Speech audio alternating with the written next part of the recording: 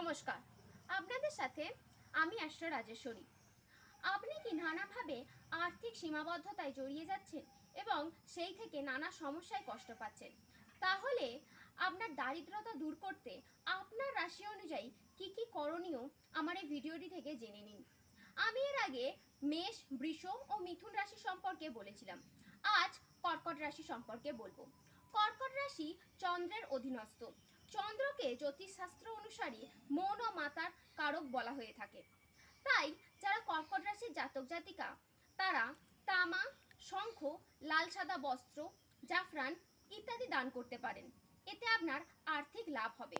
কিন্তু কখনোই কালো বস্ত্র, লোহা, জুতো, কালো গরু বা কালো ফুল দান করা থেকে বিরত থাকবেন।